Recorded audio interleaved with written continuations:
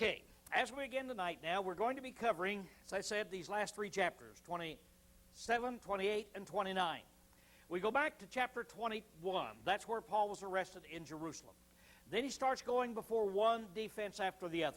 In chapter 22, he stood on the steps, and he made his defense before the Jews. In chapter 23, they called the council up, the Sanhedrin. He made his defense there. In chapter 24, he made his defense before Felix. In chapter 25, Felix was replaced by Festus, so he had a defense by Festus. Chapter 26, King Agrippa came to town, and he heard him, and so he made a defense in chapter 26. The conclusion of that was that if he hadn't appealed unto Caesar, why, he could have been released, because there is just absolutely nothing wrong with him. But he had appealed to Caesar, so he has to go to Caesar. There is no backing out of that now. So now then, in chapters 27 and 28, we're going to be talking about the journey to Rome. He's getting ready now to get on a boat, go on that journey, and there's going to be three guys that are going to go. It's going to be Paul, Luke, and Aristarchus, as we'll see in just the first 3 or 4 verses that we have here. So now, as we are getting ready to take off, here's the map, and there is the line that he's going to be following. Kind of give you an idea of what it's going to be, and you have that map sailing all the way up there. He'll not be going by and visiting any of the old churches this time, because he's under arrest. He has been put in the custody of a centurion. The centurion is taking him to Rome, up to Caesar. So now then, we will begin tonight then, and take that journey with him. Now I'm going to go very rapidly. So that we can cover as much as we can and perhaps get through then with the whole book tonight. All right, in chapter 27, and when it was determined that they should sail for Italy, they delivered Paul and certain other prisoners to a centurion named Julius of the Augustan band. That is the army of Augustus Caesar. So it's a federal army. And embarking in a ship of Adramyttium. Now then, I'll put Adramyttium up there so you can see kind of where it is. There it is, and Adramyttium, the ship, would be going the way that I've got up there, heading back up and home. So remember, they would get on a ship, any ship that was heading that direction where they wanted to go. Then they would make changes as they needed to make them. So on a ship that is really from that town, which is about to set sail unto the places on the coast of Asia, we put to sea. Aristarchus of Macedonia of Thessalonica being with us. Now, how do I know that Luke is there? All right, that we and the us is in there. So we know that he is there. And the next day we touched at Sidon. So there is our first day. Goes up to Sidon, going to take on some more cargo, going to let off some more cargo and stuff that's there. And Julius treated Paul kindly and gave him leave to go unto his friends and refresh himself. This is interesting because it not only shows us that there's a church there at Sidon that we haven't had the opportunity to visit and talk about so far, but it also shows this is an unusual thing for a prisoner, isn't it? In other words, if a federal agent is taking a prisoner from here to New York, they get somewhere in Dallas, does he generally tell the prisoner, if you want to go visit your friends, you're welcome to do that? So it shows that this man understands Paul is not a hardcore criminal. He understands Paul doesn't have a charge against him. The only thing that is wrong with him is he's got in trouble with the Jews. They're mad at him because he believes that a man by the name of Jesus has raised from the dead. So he said he could go in and refresh himself. And putting to sea from thence, we sailed under the lee of Cyprus because the winds were contrary. Now, when you sail under the lee of Cyprus, it means you go up in that direction because the winds were blowing from south to north. And had they cut straight across, as they would like to do, the winds could have blown them right into the island of Cyprus. So they're going to go under the lee. That means on the opposite side of the way that the wind is blowing. So they sail there. And when we had sailed across the sea, which is off Cilicia and Pamphylia, we came to Myra, a city of Lycia. So Now then, they go down there and they get to Myra, that's over there. When they get there, they're going to change boats, it says. And there the centurion found a ship of Alexandria sailing for Italy, and he put us there on their end. So down there in Egypt, I've put up where Alexandria is. If you're kind of wondering, right down in here is where Alexandria is. Now the boat that they're going to get on up here, the home port is down here. So it's been sailing around, it's up here, and it's getting ready to sail straight over to Italy. So they say, we'll get on that boat, then we'll not have to change boats anymore. We'll just go straight on in to Rome. 7. And when we had sailed slowly many days, and were come with difficulty over against Nidus, the wind not further suffering us, we sailed under the lee of Crete, over against Salmone. So, they're fighting the winds now as they head out to sea, and they go down this way, and they go under Crete, and go over to this little place over there, and on the map it says Lasea, and that's the same place that this Salmonia is, where they could get into some kind of a port. So the sea is blowing up, waves are getting high, they're trying to get a place to put their boat. 8. And with difficulty, coasting along it, we came unto a certain place called Fair Havens, nigh whereunto was the city of Lasea. So they came over now to this Fair Havens, and so they're over there now. 9. And when much time was spent, now we don't know how much time that is, but they were there until the winds had settled down so that they thought they might be able to go farther. It said, and the voyage was now dangerous because the fast was now already gone by. Now the fast, there's only one fast in the Old Testament, and that is the one that is found in the month of October. And so they were down now in the month of October. The weather over there is about like it is here. The winter, the summer, and so forth is like that. When we were over there for the whole 2 weeks, you couldn't tell the difference of whether we were in Seattle or whether we were over there. The sun and the rain, the cold, warm, the various things, it's just kind of Seattle weather that's there. So if it were October, it'll give you an idea. They're getting ready to sail out on that sea in October. When do the storms generally start coming? So the storms now are on their way at this time. So it says now the voyage is now very dangerous. So it said, Paul admonished them and said unto them, Sirs, I perceive that the voyage will be with injury and much loss, not only of the lading, that's the cargo, and the ship, but also of our lives.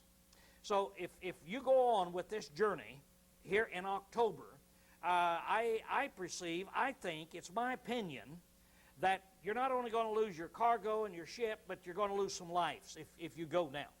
Now we'll see Paul is giving his opinion, is really what it is. But the centurion gave more heed to the master and to the owner of the ship. The master would be the captain, the one who's driving the boat. And the owner, of course, is on there because everything he has is there. Said, so they gave more, the centurion gave more heed to the master and the owner of the ship than these things which were spoken by Paul. Now, a couple interesting things here. What would the centurion have to do with it? Why didn't the owner of the ship and the master of the ship make the final decision of what they were going to do? Why a Roman soldier make that decision? Paul said, we're in great danger. The master and the owner said, no, I think we can make it. Now, these old experienced sailors. First of all, I want to ask you, had you been in the centurion's shoes, whose advice would you take? Would you take the prisoner's advice or the master of the ship, the captain of the ship, and the owner? So I think the centurion made a good decision there. Said, I'll take these seasoned veterans out here. But why would the centurion be the one to make the decision rather than the owner of the ship? Same rules that we have today. If there's a prisoner here in Seattle, let's say one of these bombers that done this, and the United States Marshal takes him, and puts him on a plane, gets on the plane with him, and is going to transport him to New York, guess who's in charge of that airplane? It's no longer the pilot. It's the marshal. Halfway down, the marshal can send word up to the pilot and say, go back to Seattle, or head to Dallas, Texas. And that pilot has to do whatever the marshal says. So that's the way it is with this. So the centurion has these prisoners, and that's number one. So he said, no, we're going to go ahead. All right, 12. And because the haven was not commodious to winter in, that is, the dock where they were wasn't a very nice place to spend the winter, the more part advised to put out to sea from thence, if by any means they could reach Phoenix and winter there. So on down the end of the island, there's a little place down there that is called Phoenix. And they say, if we could get down there where Phoenix is, that would be a nice place to put the boat, and we could spend the winter there and then head on out. It said, there's a haven here, Crete, looking northeast, northwest, and southeast.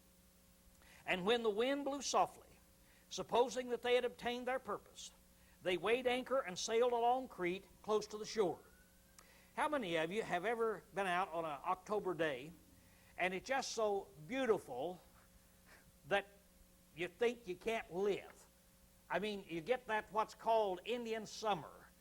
It's calm, it's nice, it's that feeling in the air that is just absolutely beautiful. Well, that's what came on them. They said, oh boy, we've got this Indian summer. Now then, we'll be able to just coast on down the island here, and we'll put in down there, and then we'll have a good place to spend the winter. So they head down that way. And after no long time, what does that mean? In just very shortly, in just a little while,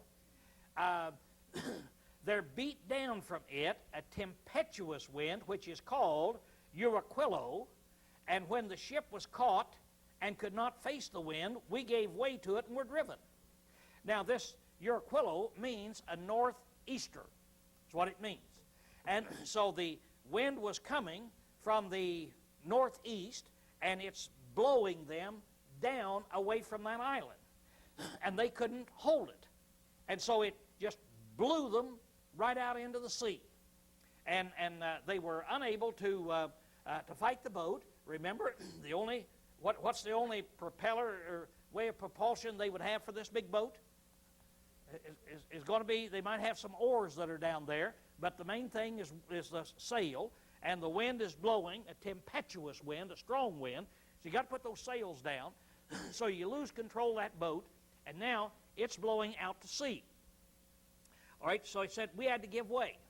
And running under the lee of a small island called Clauda, we were able with difficulty to secure the boat. So they head out that way. They run down underneath that small island called Clauda, and they're just blowing everywhere. Right there's a little island. So they come down in here, and now they're out in the sea, and they're just blowing around. And they don't know where they are. They have no control of this. But when they get down here, they were able, there was enough calm there to secure the boat. And that is to get out and to do some things. We'll see here what securing the boat really is. It tells us about it here. And when they had hoisted it up, they used helps. Now, they would be dragging a lifeboat behind them. See, dragging a lifeboat behind them. So they're going to secure that boat because they're just flipping everywhere, the big ship, that boat behind them just flopping around. So it stops. They're able to pull that boat up, get it up out of the water where it's not whipping them then. And they used helps undergirding the ship. So they were afraid the ship would be torn apart. What would the ship be made of? Wood.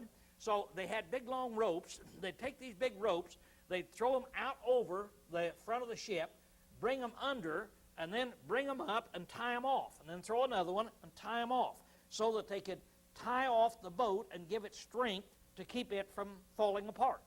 This is a horrible storm that they're in. And fearing lest they should be cast upon the Syrtis, they lowered the gear and so were driven.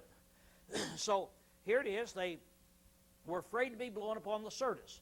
Right in here is the Syrtis, and that means quicksand. Down here is a shore in here that is made of quicksand.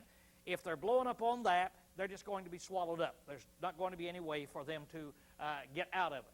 So they lowered their gear then and took off and said, let's do what we can to try to get out of here. 18.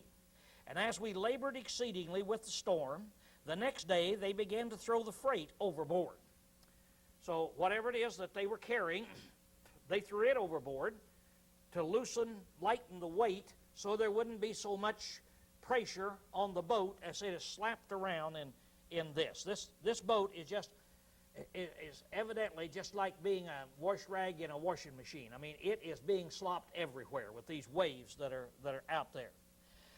So they threw that overboard, and the third day they cast out with their own hands the tackling of the ship. So they took the other stuff that they would use to guide the ship, the equipment on the ship, threw it overboard. And when neither sun nor stars shone upon us for many days, and no small tempest lay on us, all hope that we should be saved was now taken away. So, what would it be like if neither sun nor stars shone? What does that mean? That big cloud is up there 24 hours a day. Whatever it is that's knocking you around is going 24 hours a day. They have no idea where they are. They're being beaten around, being whirled around, being slopped around for several days. And they say, we really don't have any hope of getting out of this. 21. And when they had been long without food, why hadn't they been eating? Stupid question, huh? Okay. Then Paul stood forth in the midst of them and said, sounds like my wife, sirs, you should have listened to me. Okay, he's going now to point out that he had given them some good advice, and they should have listened to him, and not have set sail from Crete, and have gotten this injury and loss. Now, it's exactly the way that I told you. But, I've got some good news. And now I exhort you all to be of good cheer. Now stop to think how this would sound out in the middle of that storm. You're being beaten around. In a minute we're going to see it's 14 days. They've been beaten around for 14 days in just every way that you could. They have no idea where they are, when they're going to be slapped up against a rock or a shore of some kind, broken in pieces. They've given up all hope. And Paul said, I told you this was going to happen, but be of good cheer in the middle of this. And there shall be no loss of life among you, but only of the ship. So everybody be happy because I've got some good news. None of us are going to lose our life, but we are going to have a shipwreck. How would you feel if we were on an airplane flying along? All of a sudden, that airplane just went out of control. It just goes spinning every way, just whirling, tail over it, just going everywhere like that. And I get up, and I say, everybody, you should have listened to me. I told you it's too windy when we took off from Seattle. But be of good cheer. We're getting ready to smash this airplane up. But none of us are going to die. So everybody be happy. That really is the situation that they were in. Then he tells them why. He said, for there stood by me this night an angel of the God whose I am, whom also I serve, saying, fear not, Paul, thou must stand before Caesar. And lo, God hath granted thee all them that sail with thee. Wherefore, sirs, be of good cheer, for I believe God, that it shall be even so as it hath been spoken unto me, but we must be cast upon a certain island. So the angels told me we're going to be all right. However, we're going to be shipwrecked. We're going to be thrown up on an island. We're going to have a shipwreck. But all of us will live. And I believe God. An angel told me this. I believe God, so be of good cheer. Be happy. In the middle of this great storm that they're in. 27. But when the 14th night was come, as we were driven to and fro in the Sea of Adria about midnight, the sailors surmised that they were drawing near to some country. how could sailors surmise that they're getting close to some country? The sailors tell me that they've been out on the sea and their smell has been purified, and they can actually smell land. They can smell the thing that's coming off of it, and they can feel a difference in the way the wind's blowing, the way the movement is, and it's that thing. It's not intuition, but it's yeah, I can tell the way we are that, you know, we're getting close to land. So they said, yeah, I think we're getting close to it. So they sounded. What do you do when you sound? Okay, you drop a rope in the water that measure it, and they found 20 fathoms. And after a little space, they sounded again and found 15 fathoms. What does that mean? They're coming up. They're coming up. So they're heading up on the land. And fearing lest happily we should be cast ashore on rocky ground, they let go 4 anchors from the stern and wished for the day. So they let these big anchors go, one end of the boat, and wished or prayed for the day. Just praying that the day will get here before that boat is torn apart. And as the sailors were seeking to flee out of the ship and had lowered the boat into the sea under color, as though they would lay out anchors from the foreship, Paul said to the centurion and the soldiers, "Except these abide in the ship, you cannot be saved." So now, some of these guys, they were trying to escape. They go get that big boat, you know, that big lifeboat we're talking about. They lower it down under color, hypocritical, kind of like Paul said, "You whited wall," you know. So they lowered it down, and when they said, "What are you doing?" "We're going to go put out some more anchors up in front of the ship." Now, what would happen to a ship if you've got 4 anchors out in the back, and then you're going to go drop some more out in the front, and you're in a storm? Now, as long as they're on one end of that boat, those anchors are there, that water can just take it and slap that boat around everywhere, and there's nothing to break it up.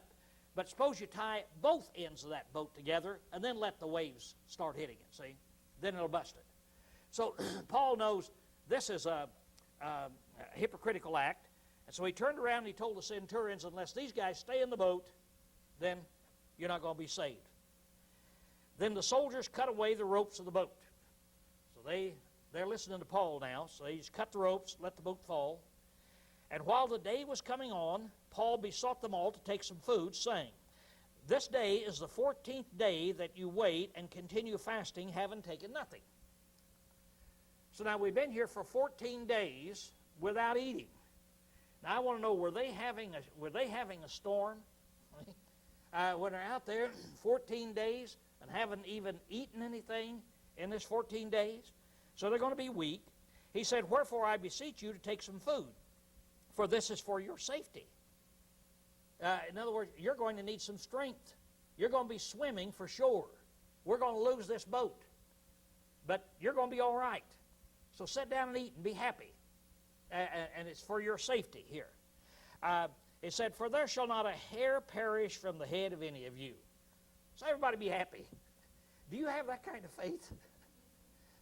Right in the middle of this 14-day storm, have no idea where you are, and it's so terrible, and the angel says everything's going to happen. You say, "Well, let's eat them, because now I know there's not going to hair perish from you. Just everything's going to be fine." And when he had said this and had taken bread, he gave thanks to God in the presence of all. Now, as he is doing this in the presence of all, what are these other people? What kind of religions are they? They're all these idolatrous people, aren't they? Do they believe in prayer? Yeah, they believe in prayer and offering certain things to their God and doing various things. They see Paul pray to this God of his that he's there. And it says, "Then were they all of good cheer." They saw what he's doing. His influence rubbed off on them.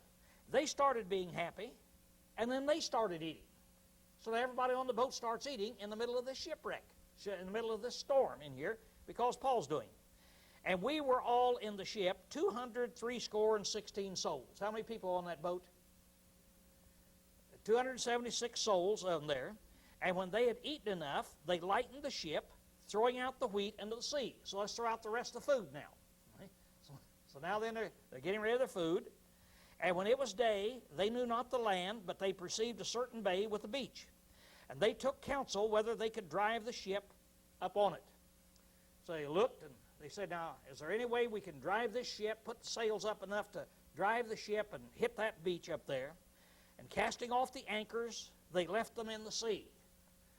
I've always thought that if I was a deep sea diver, I'd like to go over there and look for those anchors that's right out there. They're out there somewhere. They left them in the sea, at the same time loosing the bands of the rudder. Why would they have had the rudder? That's where you guide the ship. Why would they have it tied up? Bands. They have it tied up. They're just blowing by the wind. They can't guide that thing, so they're just blowing it. Just like if your car's out of control and you take a rope and you tie your steering wheel off so it can't move. And so they loosen that so they can guide the boat. And hoisting up the foresail to the wind, they made for the beach. But lighting upon a place where two seas met, they ran the vessel aground. And the foreship stuck and remained unmovable, but the stern began to break up by the violence of the waves. Now, what this means is that as they're coming in, they run into a sandbar, a high place in the sand, and it's where two seas meet. It means where the water flow is going this way one place and that way another place, and it's built up this sandbar that's in there. So the front of the ship runs into it, sticks, and now then the waves on the back of the ship is in it, and it starts breaking up the ship now because the ship, one end of it is frozen, so the ship starts to break up. And the soldiers was about to kill the prisoners, lest any of them should escape, swim out and escape. Why were they going to kill these prisoners? That's right. If they go to Rome and they don't have the prisoners, then they can be put to death. So the best thing to do is kill the prisoners right here. But the centurion, desiring to save Paul. Now that was a good idea for the centurion. He didn't say that's stupid. That's a good idea. But there's only one reason those prisoners didn't get killed, and that is the centurion didn't want to kill Paul. You see how impressed he is with him? And so in order to save him, he commanded that they who could swim should cast themselves overboard and get first to the land. So he said, anybody could swim, jump now, take off swimming to get to the land. And the rest, they jumped off after these other guys did, some on planks and some on other things from the ship. So the rest of you grab a chair or a board or something, jump off, kick your feet, and head for shore. And so it came to pass that they all escaped safe to land. So they lost that boat, and they all go out there and driven around in that sea, and they come up on an island now that's going to be called Melita. So they get up there, they have no idea where they are. And when we were escaped, then we knew that the island was called Melita. And the barbarians, boy, this is a bad island. Bunch of mean guys out there, huh? What does barbarian mean? It's what? I'm not getting it. Okay, it's a foreigner, but there's something a little bit more, something a little different. Something a little different.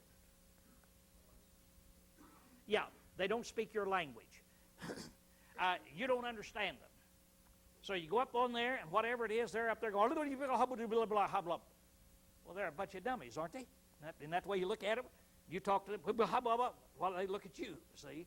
And so barbarian is somebody who can't understand you. So you can't speak their language then. All right.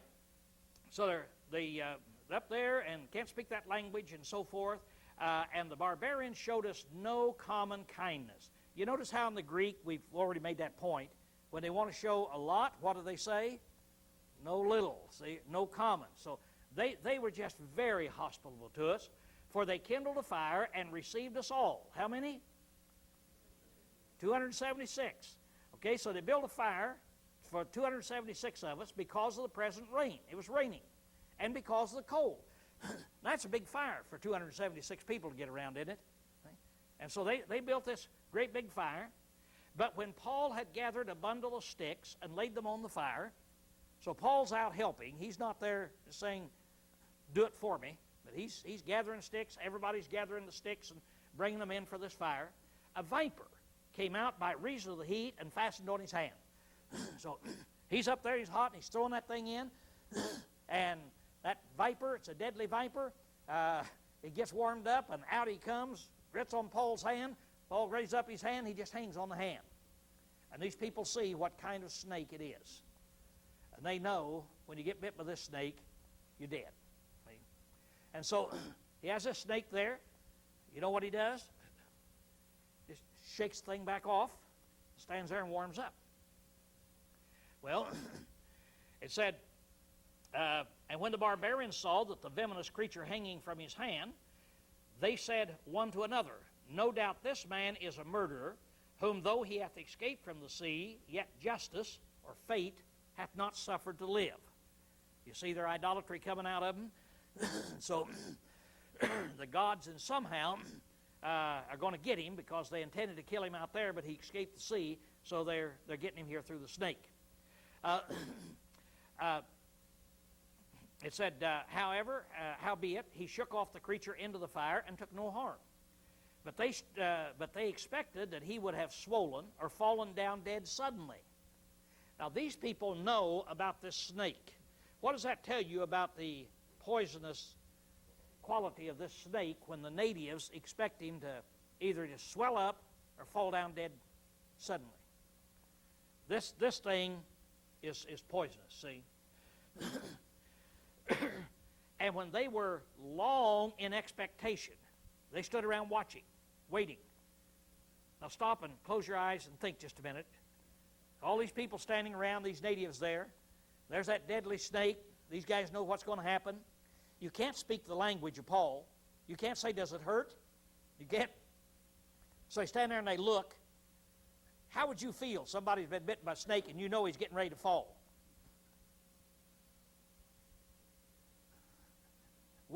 Wouldn't you be curious? Wouldn't you be watching and waiting to see when that swelling came?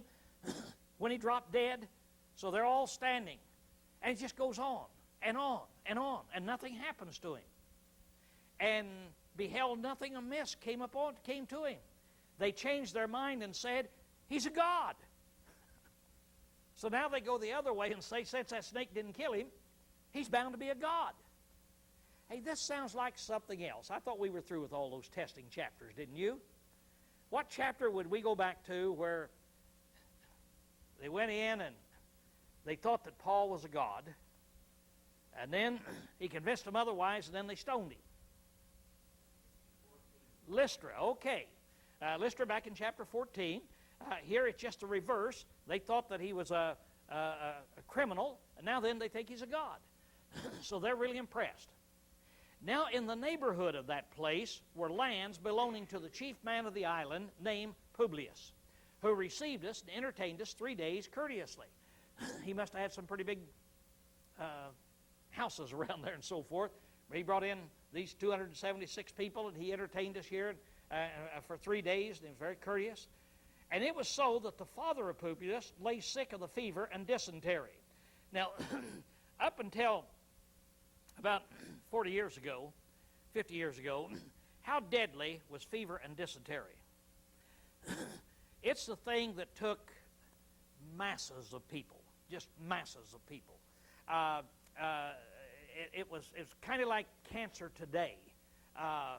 And you read in the history books, and it's that fever and dysentery all the way through. And when you get that, death was right around the corner.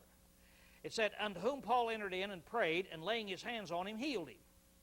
And when this was done, the rest also that had diseases in the island came and were cured.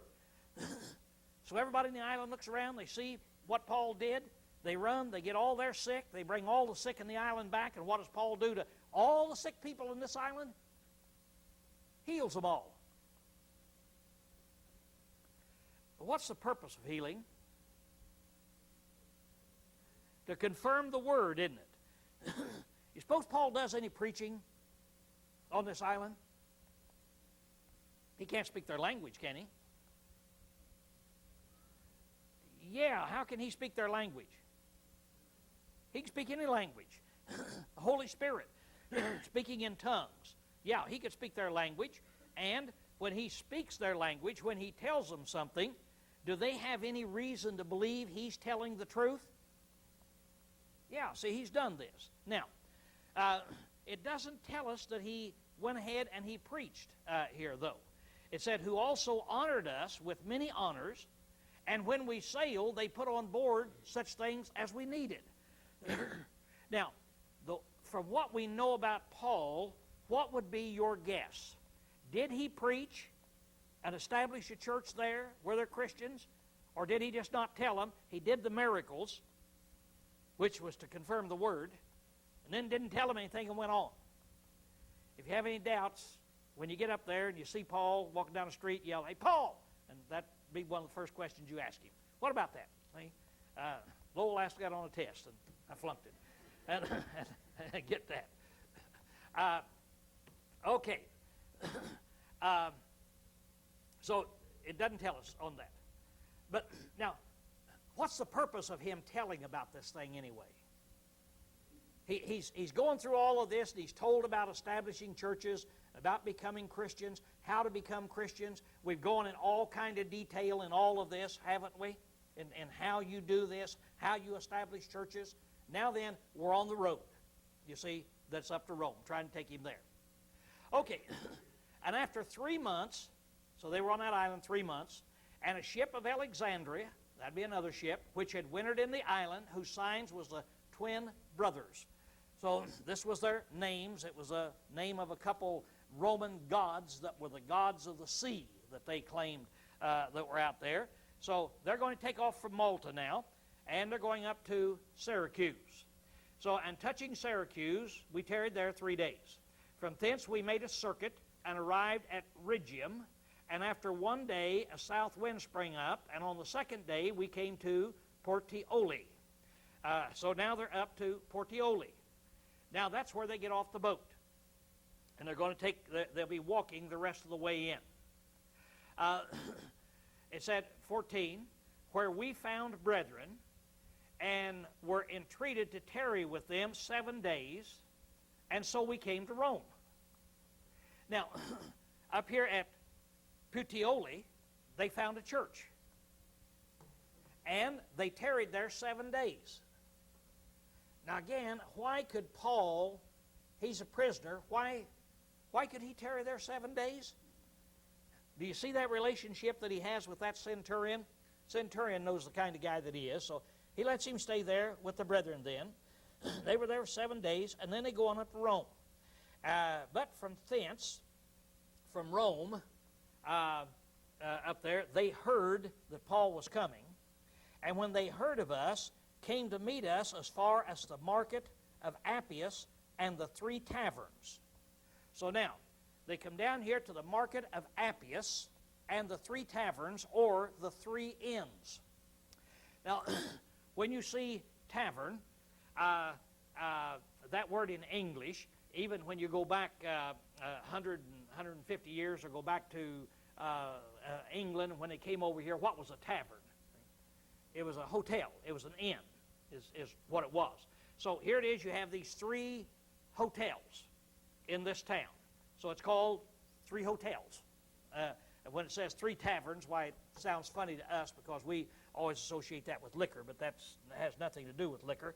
And so the 3 inns that's there. Now, the brethren at Rome heard they were coming, so they go out this way, down there, to the market of Appius, and meet him down there.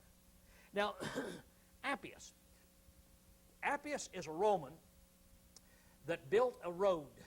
He built this Appius Way, is what it's called, Appius Way. And it's 10 feet wide, something like that, maybe not like that, 8 feet wide. And it's got a layer of sand, about 6 inches of sand, and then a few inches of gravel. And then it has stones that are beveled, go out like this, and bevel down, kind of like a tooth, set in a socket. And they are set in there, and that's the surface of the road. And that road is still there after 2,000 years. See? More than 2,000 years. The road is still there, and they say that those rocks have gotten so close together that it looks like it's just kind of a glazed road. That's how tight it is. Well, a guy by the name of Appius built the road, so it's named the Appian Way. And so the brethren walked down the Appius Road, the Appius Way, came down to the city with the 3 hotels in it, and whom when Paul saw, he thanked God and took courage. Now, there's something that I think is very interesting there. And here again, we find the humanity of Paul coming out. Do you remember back that place where Paul was in a city all by himself, and he preached the Christ should suffer? But when Timothy and Silas came, then he began to preach that Jesus is the Christ. You remember where that was? Corinth. What chapter?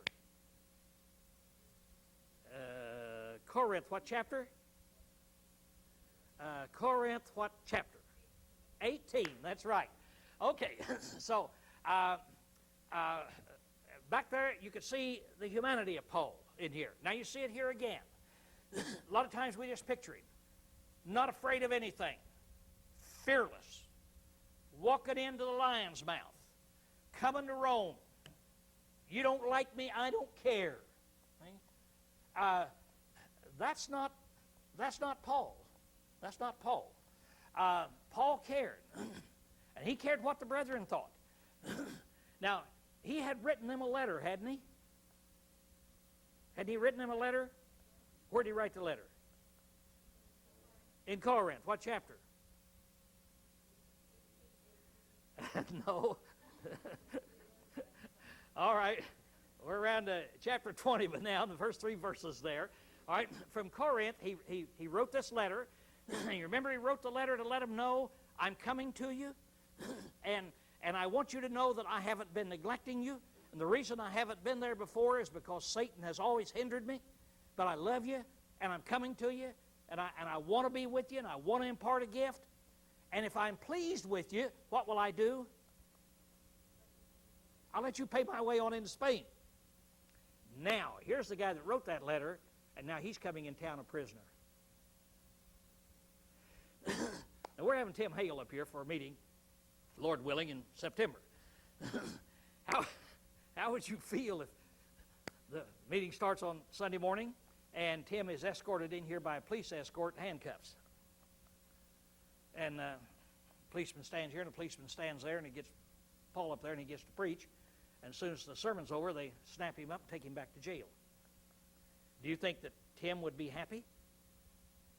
Do you think we would talk about it? Do you think we would wonder what happened? You see? Do you think it would be an embarrassment for him to come to Rome, not the way he intended to come, but now he's coming as a prisoner? What would you expect the brethren to think? When, here's what I'm coming, and now I'm coming as a prisoner. What would the brethren think? It wouldn't be good, but they all come out to meet him. And he thanked God and took courage. He sees that they have confidence in him, and it relieved him. He's highly relieved now from this. All right, 16. And when we entered into Rome, so now then they go on up, and they get into Rome. Paul was suffered or permitted to abide by himself with the soldiers that guarded him. So he would have these soldiers that guarded him. They would change shifts how often?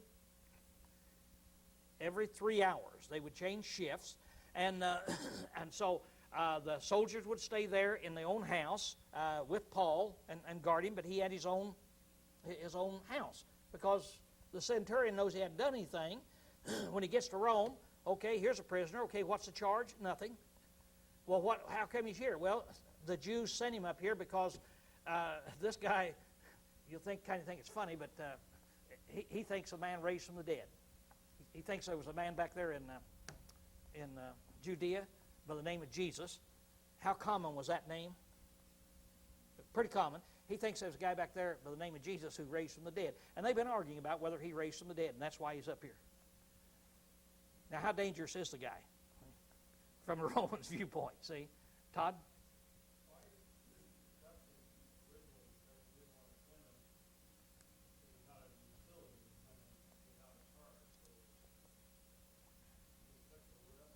He has no choice.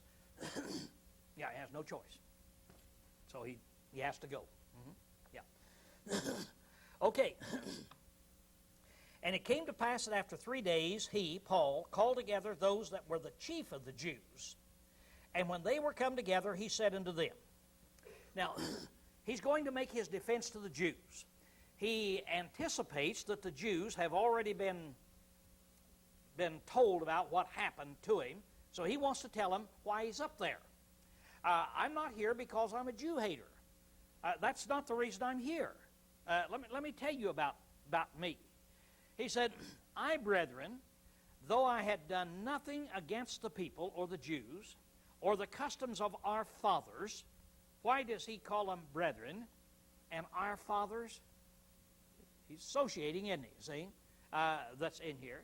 Yet was delivered prisoner from Jerusalem unto the hands of the Romans, who, when they had examined me, desired to set me at liberty, because there was no cause of death in me. So I've been through the trials. They wanted to set me at liberty, because the trials proved that I'm innocent. But when the Jews spake against it, I was constrained to appeal unto Caesar. So the Jews now were arguing about this, and so I had a problem, and so I appealed to Caesar. That's why I'm here. So I have no choice but to go to Caesar. Not that I had anything whereof to accuse my nation. So I want you to know I'm not here to go in before Caesar and say, those no good Jews, see.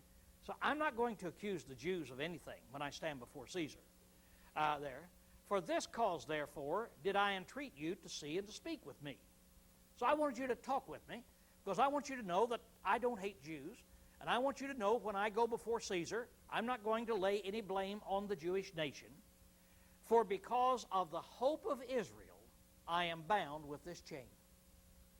So I'm in chains, but it's all because of the hope of Israel. Now, who was the hope of Israel? Ever since the day of Abraham, when God called Abraham out of the Ur of the Chaldees, in thee shall all nations of the earth be blessed. Who was the hope of Israel? That one that was going to bless all nations, the Christ. So I'm here because I've found the Christ. I've found the one that all Israel hopes to find. See, I found him. And they said unto him, we neither received letters from Judea concerning thee, nor did any of the brethren come thither and speak a report of any harm of you. We haven't heard anything bad about you. They didn't come up here. Wonder why those Jews didn't come up there and tell them. They really embarrassed, aren't they? Because in reality, you remember the last case? The only thing we might be able to talk about is when I shouted in the council that I believe in the resurrection. You remember? And so if those Jews come up there, and how's it going to look to them to find out, for the people, Jews in Rome, to see that the Sanhedrin lost their head and went crazy in that thing, see? So they're going to shut up about that. It said, but we desire to hear of thee what thou thinkest. We'd like to hear. You say you found the hope of Israel, the Christ. We'd like to hear what you think. For as concerning this sect, it is known to us that everywhere it is spoken against. Now, concerning this sect, it's called a sect because they look at it as just a section or a part of Judaism. A weird, strange, crazy part of Judaism. There's some weird people broke off thinking that a man by the name of Jesus raised from the dead. So they're calling it a sect. And it's spoken against. I think this is interesting because when you go back to Acts 2, when the church was first established, you remember the first thing that it says about the church, and having favor with all the people. So when the church was in Jerusalem, taking care of the needy, had a good reputation with everybody. Now then, what has happened to it? Everywhere it is spoken against. So we'd like to hear you, Paul. Okay? Paul now is going to preach to them. But when they had appointed him a day, they came to him in his lodging in great number, to whom he expounded the matter, testifying the kingdom of God, and persuading them concerning Jesus, both from the law of Moses and from the prophets. Now, Luke is not going to go into detail because we've already been into detail, haven't we? See, in there. How would he do this? What's the first thing he would do? He would take Moses and the prophets, and what's the first thing he would do? Show that the Christ was going to suffer. The Christ would die and raise again. That's what the Christ will do. Then, after he convinced them, and they saw it in the Old Testament, then what was the next part? Now, Jesus has done this. Jesus is the Christ. He was killed, and he raised from the dead. What would be the proof that he would give them that Jesus had raised from the dead? Witnesses, see? What proof do you have that these witnesses are reliable? Miracles. Miracles that's there. Okay, he does this from morning to evening. And some believed the things that were spoken, and some disbelieved. And when they agreed not among themselves, they departed after that Paul had spoken one word. Now, by one word, it doesn't mean one word, like car, book, horse. The word for word here is logos, which means one thought. After he had given them one thought. Now, what is the thought? He said to them, Well spake the Holy Spirit through Isaiah the prophet unto your fathers, saying, Go thou unto this people, the Jews, and say, By hearing ye shall hear, and shall in no wise understand. Seeing ye shall see, and you shall in no wise perceive. You're going to hear the truth, you're not going to understand it. You're going to see the miracles, you're going to see these things, you're not going to perceive them, conceive of them. For this people's heart is waxed gross. Their ears are dull of hearing. Their eyes they have closed. Lest happily they should perceive with their eyes and hear with their ears and understand with their heart and should turn again and I should heal them. So you people are the exact fulfillment of what Isaiah said. Isaiah said that among the Jewish nation that your heart would get so hard, it would be so grossed over here. It's waxed gross. Just you've got a covering over your mind. You've got a covering over your brain so that whatever you see, you will not accept. Whatever you hear, you will not accept. Lest if you did accept it, you would repent and I would heal you. That's what God said. So, who does Paul place the blame on when these people turn away and do not become Christians? Whose fault is it? Their own. See, they have gotten themselves a hard heart. Be it known unto you, be it known therefore unto you, that this salvation of God is sent unto the Gentiles, they will also hear. So let me tell you something. This salvation that God brought to the Jews, the hope of the Jewish nation, will be sent to the Gentiles, and they will hear. That's it. That reminds us of a sermon in another chapter, doesn't it, where he ended the sermon same way. What chapter was that? We're going to have to go through the whole book of Acts again if you don't come up with that. What chapter was that? 13. That's right, chapter 13. Ended it the same way. So, they leave. Now, in 30, and he abode 2 whole years in his own hired dwelling, and received all that went into him, preaching the kingdom of God and teaching the things concerning the Lord Jesus Christ with all boldness, none forbidding him. So he was able to hire his own house, be there for 2 whole years. Anybody that would come to him, he could preach, no restrictions, free, except he had to stay in that house. And people brought the people to him. So he was there for 2 whole years. Now, it's an interesting thing. Why would Luke do this to us? As you go back to chapter 22, and we started out, you remember, chapter 21, they arrested Paul. And then in chapter 22, he stands up and he makes this speech and has to be rescued again. And then in chapter 23, he goes before the Sanhedrin and has to be rescued again. In chapter 24, he goes before Felix. Chapter 25, he goes before Festus, has to appeal to Caesar. Chapter 26, he goes before Agrippa. Chapter 27, he goes through this horrendous shipwreck. Chapter 28, he's taken up there and put in a jail, and he's headed up to Caesar. What's the most important trial? Is it Festus, Agrippa, Felix, or Caesar? Why would he spend all that time talking about Felix, Festus, Agrippa? He brings us up to Caesar, and he said he was 2 whole years. Lays his pen down and doesn't tell us anything. What happened? Why didn't he tell us he didn't go to it? Why didn't he tell us what happened? right on the pinpoint. What would you do if you had a movie like this? You're just there, you're waiting, going to Caesar. You're either going to die or something. You're going to do this. Then just stops right before the big important thing happens. I think, what's that? Oh, I know what you do, yeah, if it's a movie, yeah. The only thing anybody has been able to come up with that sounds reasonable is that Luke wrote this book, and he wrote it 2 years after Paul was up there, and he wrote it before Paul went to Caesar. And so he says, so he's been here 2 years, preaching, that's it. Now, he did go before Caesar.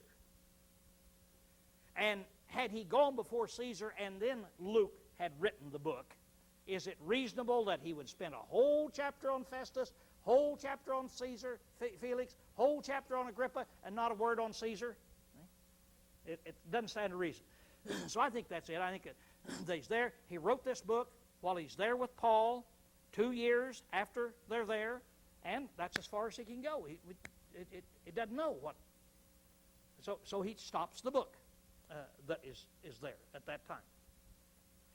Now then, some of you are laughing at me about chapter 29, right? So now, we're going to have chapter 29 on here. All right? As we look at this, let's go get the journey to Rome. Now, the first thing is going to be Caesarea. I put a little circle down there where it is. Then he goes up to Sidon, there. Then the coast of Asia. That's the way we'll remember it. You don't have to remember all the towns. Coast of Asia. Then he goes down to Crete. Don't have to remember the little towns, just down to Crete. Then he goes over to Melita. Don't have to remember anything, just Melita. Then goes up to Syracuse. Then up to Rhegium. Then up to Puteoli. And then up to the 3 N's. And then on in Rome. Now you say, why do we have to remember that? The only good reason I know of, it's on your test. That's the big thing. And the other thing is to get it in your mind so you know where these cities are, so you'll see them. And then when you read about things, why then it'll pop right out at you. So there's the journey now that you have on the 4th journey that we've got. Everybody ready to change? Okay, right fast.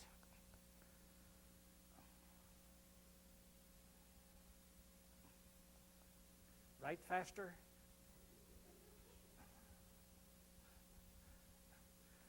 Uh-oh, I flipped it. You need some more back there? Anybody not through? Have I embarrassed you enough that, okay. All right.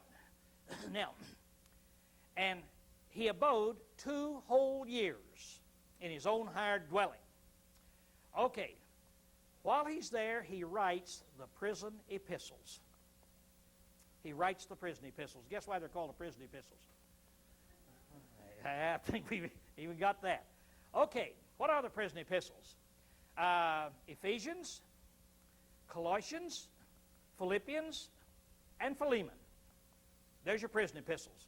Now, I've given you a chart that you've got right there. As you come in, you can pick it up that's got these on it. So these are the ones that he wrote while he was in prison then at that time. This would be at the year 62 A.D. All right? Now then, as we look at these letters that he's got, the letter to Ephesus is the letter that was written about 62 A.D. during Paul's 2-year imprisonment in Rome. He sent the letter by Tychicus in chapter 6:21. Onesimus went with Tychicus in Colossians 4:9. Now, we could make a long story out of this, or just kind of listen to me, because I'm not going to hold you responsible of knowing for these things. But I want you to see how we come up with this that is in here. Who took the letter to Ephesus? Tychicus took the letter to Ephesus. All right. Now then, he sent the letter by Tychicus along with the Colossian letter, chapter 4, verse 7. In the Colossian letter, he said Tychicus is bringing it. So Tychicus took Ephesians and Colossians. What would that show you? Wouldn't that show you he wrote them at the same time? He didn't run over there several hundred miles, then run back, run 700 miles. So he sent them over there at the same time.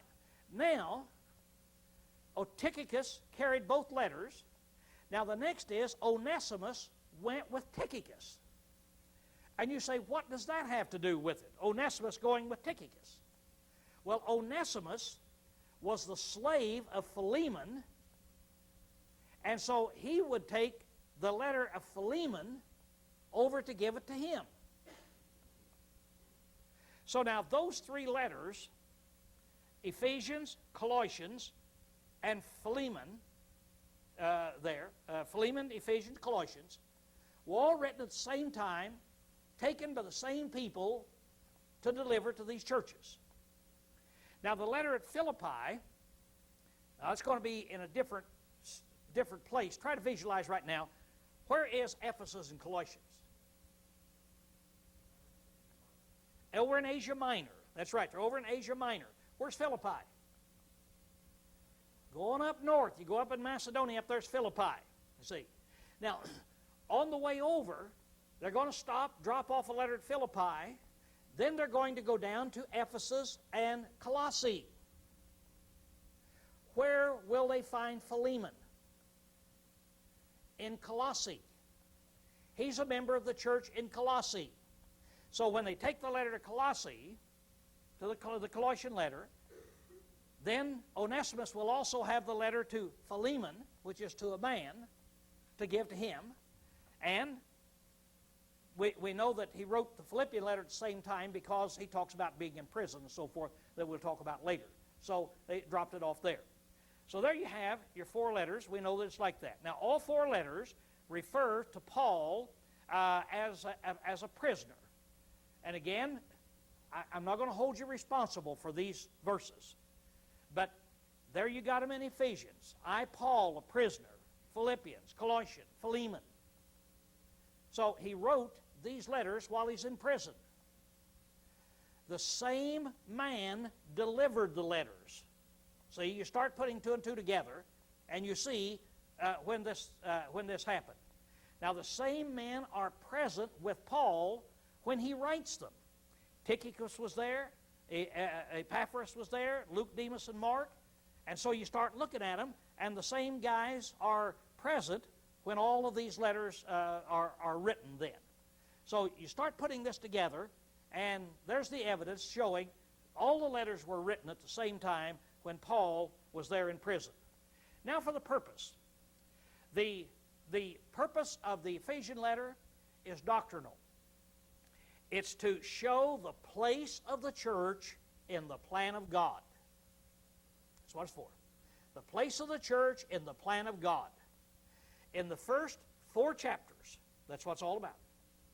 Chapters 5 and 6 are personal exhortations. Don't do this, don't do this, do this, do this, and don't do this.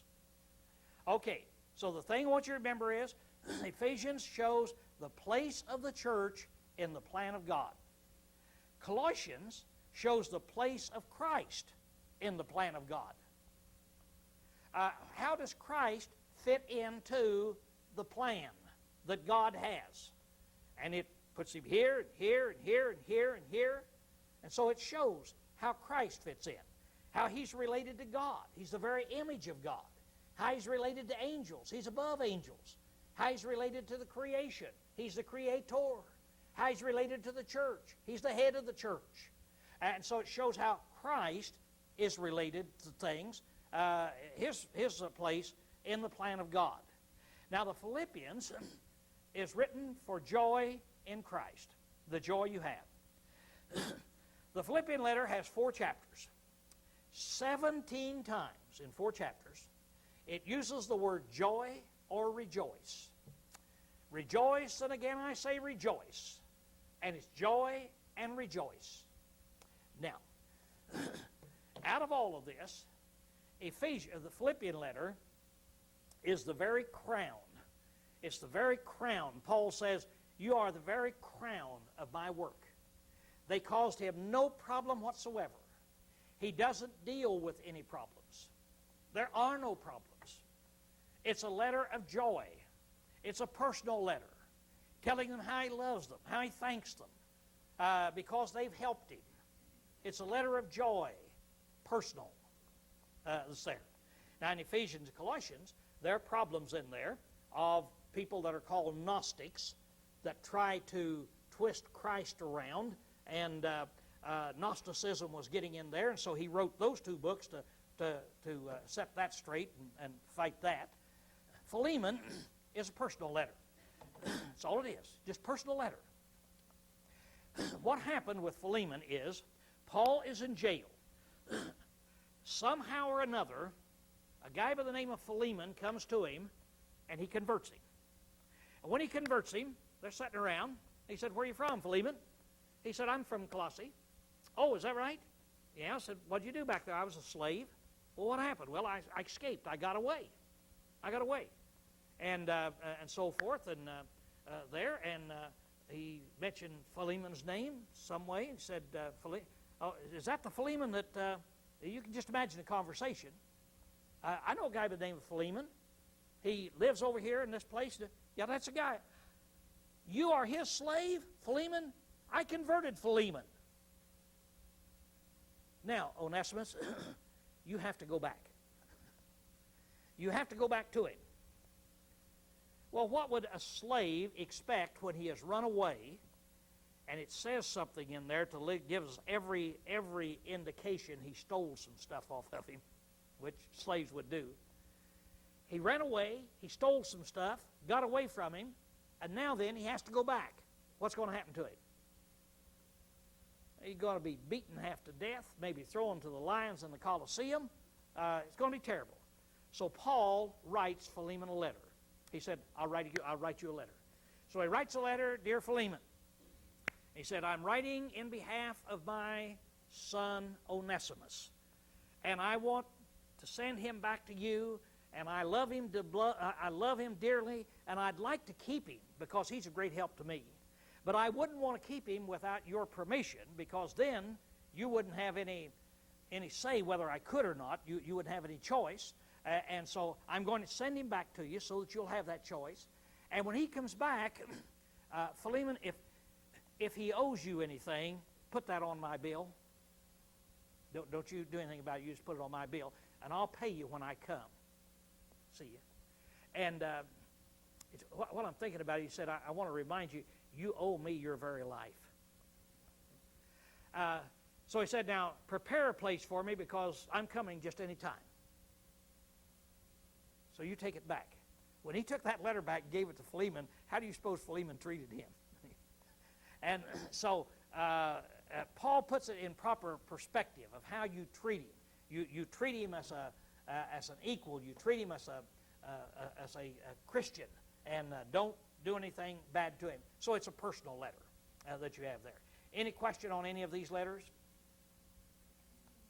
Okay, there then you have your 4. Yeah. No. No. That's the 4 epistles, prison epistles. Now, when I ask you on there to outline them, all that I want you to do in Ephesians is give me the purpose. There'll be 2 things. the place of the church in the plan of God. See, it's the first 4 chapters. And then practical exhortations, telling them how to live. Colossians, the place of Christ in the plan of God, and practical exhortations. Philippians, just joy. Philemon, slavery. That's all you have to do as far as knowing the outline, knowing the purpose of it. Okay, everybody wake up. All of you that laughed at me. We're now going to Acts chapter 29. All right, as we go to Acts chapter 29, Paul did get out of jail. Paul went before Caesar. We don't know anything about the trial, what happened in the trial, but he was released. And you say, well, how do you know he was released? Because he wrote some other books. And in these books, he wrote and he said some things that lets us know in there that he was released. Now, first of all, the book of Hebrews. This is a book people argue about. They say some say Paul didn't write it, some say Paul did write it. Most of the old historians say Paul wrote it. People that, in my opinion, that try to take a scholarly approach say Paul didn't write it. And the argument comes down to this, that they say Paul didn't write it because when you read it, it doesn't sound like Paul. It doesn't sound like Paul. Now, if you've heard me preach enough that if they type off a sermon and you read that sermon, are there things that you could pick up and you could say, that's Lowell? Yeah, and I'm sure that's Lowell. And then maybe other things that you'd say, that's not Lowell, because he would never use words like that. He'd never use anything, you see, like that. Sure it is. We know that. So they say it doesn't sound like him. Now the problem is that somebody like me, it sounds like Paul. It has all of the things that Paul would do. Paul had a tendency to go off on a tangent as he's writing the Ephesian letter. He would be going along, and then he would mention Christ, and then he'd go off on a tangent talking about Christ. Then he'd come back, and then he'd go like this. And the Hebrew letter, he does the same thing. And as I read it, it sounds like Paul. And to a lot of people, it sounds like Paul. And so I think Paul wrote it. So I'm going to put it down there. Now, we don't know when he wrote it. We do not know when he wrote it. Evidently, if he wrote it, it'd be sometime in this period of time, so I'm putting it down there by itself. And the only interesting thing that I want to show you about a time element or something of this nature is as he closes it off, in the last verse, he said, salute all of them that have the rule over you and all the saints. They of Italy salute you. So where is Paul when he writes the letter? He's up at Rome, see, when he writes a letter. So I kind of think that he got out. He got out of prison, and while he was at Rome, before he ever went anywhere, he wrote that letter. The interesting thing is, you say, why did he stay there? If you skip up verse 23, he said, know you that our brother Timothy hath been set at liberty, with whom, if he comes shortly, I will see you. So Timothy was in jail somewhere too. And he'd gotten out of jail, and Paul planned on meeting him, and then Paul planned on going over there and seeing him somewhere. Now, what is Hebrews about? Hebrews, the only thing I want us to learn in this class, the Acts class, I want you to learn 2 words. 2 words sum up Hebrews. Christ and better. Christ is better than the angels. Christ's blood is better than the blood of bulls and goats. Christ's priesthood is better than the priesthood of Aaron. Christ's temple is better than the temple in the Old Testament. Christ better. Christ better. Therefore, since Christ is better, don't leave Christ and go back to the Old Testament. See? That's really what he's talking about. Yes?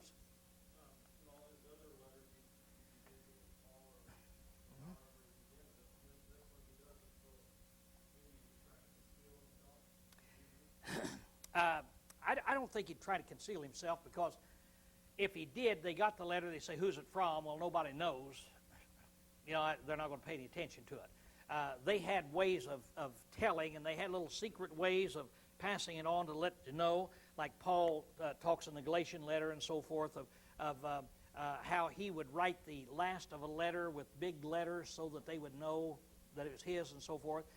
Most people think that either he left that off for some reason and just went on and wrote the big letters and so forth and let them know, or the front of the epistle was broken off, the papyrus, when they found it and translated it. So it could be that where it says it. Okay, Christ or better. Now then, Paul gets out of jail, and Paul takes off then, and at a glance we can see from 1st and 2nd Timothy and Titus will give us the following itinerary for Paul. And this will finish us up. This will be all the letters, the 14 letters then that Paul wrote. He takes off from Italy, and he goes down to Crete. Now, as he goes down to Crete, the reason, up there you see Crete in Titus 1:5, when Paul writes to Titus, he said, for this cause left I thee in Crete. Now, has Paul ever been to Crete where he could leave Titus before this? No. And so he's leaving Titus in Crete to appoint elders in every city. See what he says. So there's not been any place in Paul's travels where he could have done this before. He's always been up there in Asia and Macedonia. Now he leaves Crete and he goes up to Miletus. And he mentions that he was up there. Then he goes up to Ephesus and he mentions Ephesus. He said, when I departed to go into Macedonia, I left you at Ephesus. Now, the interesting thing is that when he left him at Ephesus, he left him there to charge people not to teach another doctrine. You remember the last time that he saw the elders at Ephesus, that he told them, I know that grievous wolves are going to enter in among you? And so now then he comes up and he leaves Timothy there. And it's kind of an interesting thing because what did he tell those elders? I know that I will not see your face again. And so you say, well, if he went back up there, then he saw their face. I don't know whether he did or not. I don't know whether he, when he went there, let me show you what I mean. At Miletus, it may have been that he went to Miletus, and then he just sent Timothy on up there. He didn't want to see them again in this.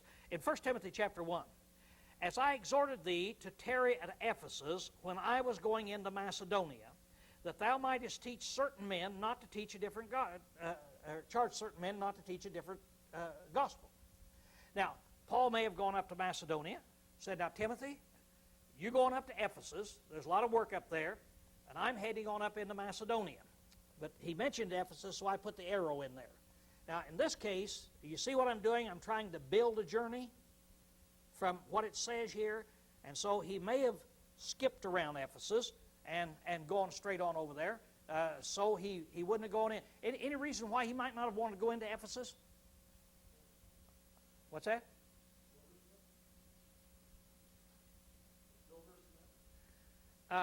Well, that's probably, it could be, but I expect that is over. What's that? Okay, maybe slowing him down on his journey. You remember the last time he went through, he didn't go to Ephesus because it slowed him down? And now he knows that there is a big problem at Ephesus. See? There's a big problem at Ephesus. And so he's sending Timothy there to take care of that problem.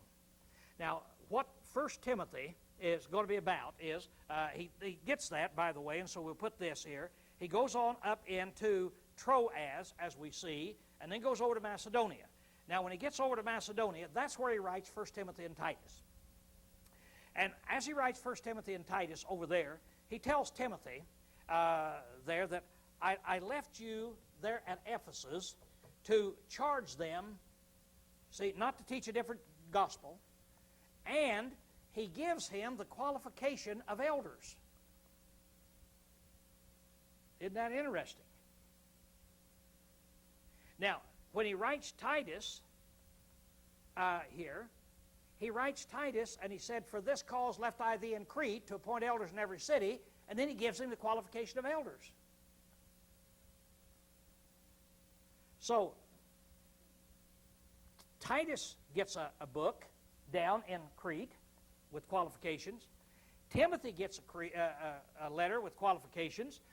Why would Timothy need a letter with qualification of elders in it when they already have elders?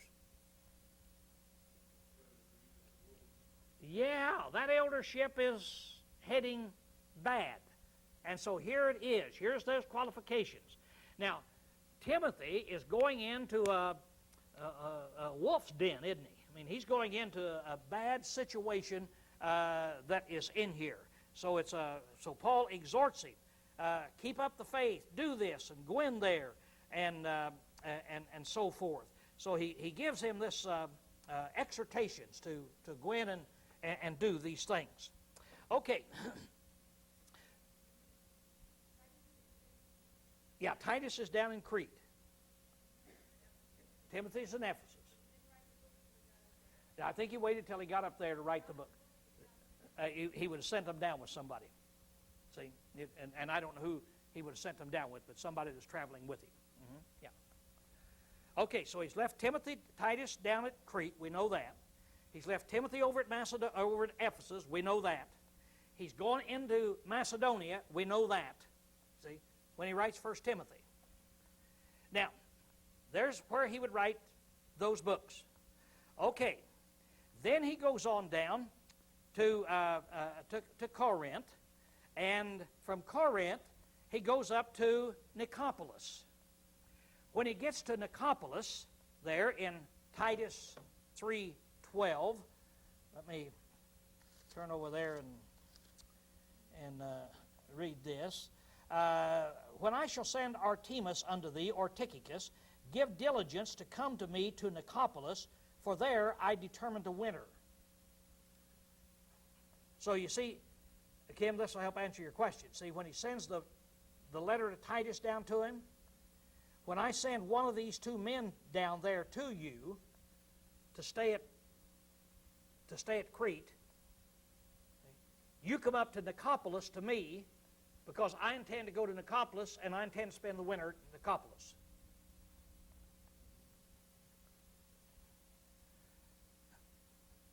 Okay, everybody see? You see what we're trying to do is patch it together in there. Now then, from Nicopolis, evidently he was arrested and taken back to Rome. And when he was taken back to Rome, this is going to be the time that he's going to get killed. And so he sits down and he writes the 2 Timothy letter. Now, by the way, I'm not going to ask you to remember all these verses. I don't want you to try to remember them. I want you to know about the journey that he took, so that you can know that he did get out, and he took the journey, and he went out, so you'll know where he wrote those letters. So I will ask you, where is the 5th missionary journey of Paul? You see, that will be there. Okay, now he comes up to Rome, and he goes before Caesar. He has his trial. He's having his trial. And this time, he knows that it's going to be bad. The first time, when he wrote the prison epistles, when he wrote the letter to Philippians, he said, I don't know whether I will be put to death or whether I'll be released. And that's where he said, I'm in a strait betwixt the two. I'd like to die and go be with Christ, but yet to be here is the better for you. I'm not sure, but his attitude was, I think I'll be released. When he wrote to Philemon, he said, fix a place for me, because I'm planning on coming to see you. And so it sounded like everything went along real fine, that he had a good trial before Caesar the first time. Well, why shouldn't he? What was the charge? There wasn't any charge. And so he'd be taken up there, and there was no charge. And so, he probably had a good trial there. Now then, he's taken back.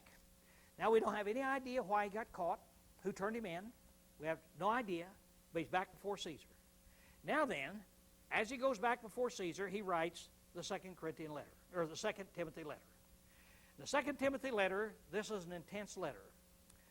The 1 Timothy and Titus are letters to two preachers to tell them to do the work of a preacher and give them the qualification of elders. Now then, there's urgency in the 2 Timothy letter, because he knows now that he's giving this young man of his the last instructions that he'll be giving him. He's writing him, telling him what to do. He's picked him up some 20 years ago. He's been going with Paul, and now then it comes around. He starts out, chapter 1, verse 3, I thank God, whom I serve from my forefathers in a pure conscience, how unceasingly is my remembrance of you in my supplication night and day. Timothy, I pray for you night and day. He goes on down and he says in verse 6, for which cause I put thee in remembrance, that thou stir up the gift of God which is in thee through the laying on of my hands. Now this is kind of an interesting statement. I want you to stir up the gift of God. Now the idea of stir up is the word that they would use if there was a campfire. If they had a fire and it burned down, and the fire goes out. And then your wood is red hot, and then it cools, and then it cools. And you look in there, and you see, yeah, there's still some speckling of red in there. Now if you want the fire, what do? You stir it up. You pick up a stick, and you stir it up and get the oxygen in there, and the fire will come back. That's what this is. Evidently, Timothy is running into some real problems. And being a human, like all of us, he's getting despondent. And Paul said, stir up the gift of God. That'd be that gift of prophecy, which is in you through the laying on of my hands. I've given you that. For God gave us not a spirit of fearfulness. Our attitude is not one of being afraid and fearful, but of power and love and discipline. So Timothy, stir it up. Don't be afraid. Get in there and go to work. Now, skip to the last chapter of 2 Timothy. This is an emotional chapter to me. And as I read it, I look at it here in chapter 4, verse 1. Paul is now going to tell him the last things that he'll ever tell him. He said, I charge thee in the sight of God and of Christ Jesus, who shall judge the living and the dead, by his appearing in his kingdom, preach the word. Be urgent in season, out of season, reprove, rebuke. He said, because the time's coming when people will not listen to the gospel. Now, Paul knows what preaching the gospel will do. It can cause you a lot of persecution. But as he leaves, instead of saying, Timothy, maybe you better calm it down, he says, preach the word. Down in verse 5, be thou sober in all things, suffer hardship, do the work of an evangelist, and fulfill thy ministry. Do what your job is to do. For I am already being offered, and the time of my departure is come. Now that word for offered means sacrificed. It's the same word that they used in the Old Testament for being poured out on the altar of offering. My life is being poured out right now. The time of my departure has come. In other words, my death sentence is here. I know what's going to happen to me now. I have fought the good fight. I have finished the course. I've kept the faith. Henceforth there's laid up for me the crown of righteousness, which the Lord the righteous judge shall give me in that day. Not to me only, but all them that love his appearing. I can't read that without crying. When you follow Paul all the way through, as you've done, you see all the things that he's done, and we've traveled in his steps, seen the suffering that he has, and now it's all over. And here's the last thing that it is. And how that he goes to his death with such calmness, with such security, surety, that all of this is going to be okay. He knows that he's going to die. And so now, knowing he's going to die, he makes the final preparation. He says down in verse 11, only Luke is with me. Take Mark and bring him with thee. In other words, I want you to come. And I want you to bring Mark. Where was Mark the last time we heard about him? All right, way back after the first journey, you know he left. They started on the second journey, and Barnabas took him, and Paul wouldn't go with him. Now, that's been back about 19, 20 years ago. Mark has grown up. He's become a giant among men. And when it comes time, when Paul is going to die in the court of Caesar at Rome, right in the very lion's den, and that's what he calls himself up here, or calls it up here in this chapter. And when he knows he's going to die, he said, Timothy, I want you and I want Mark. Those are the two. I want you to come with me. And he said in 13, the cloak that I left at Troas with Carpus, bring with thee when thou comest, and the books, and especially the parchments. Come and bring them with me. And then he says, 16, at my first defense no one took my part, but all forsook me. May it not be laid to their account. So he's already stood before Caesar once. He knows what the verdict is going to be. He has to go back to get the verdict. And he said, everybody there forsook me, but the Lord stood by me and strengthened me, that through me the message might be fully proclaimed, that all the Gentiles might hear, and I was delivered out of the mouth of the lion. So in the first trial before Caesar, I was delivered. He didn't kill me. But I know what's going to happen the next time. I'll be going up, and my life is over. And that brings us to the end of the life of Paul.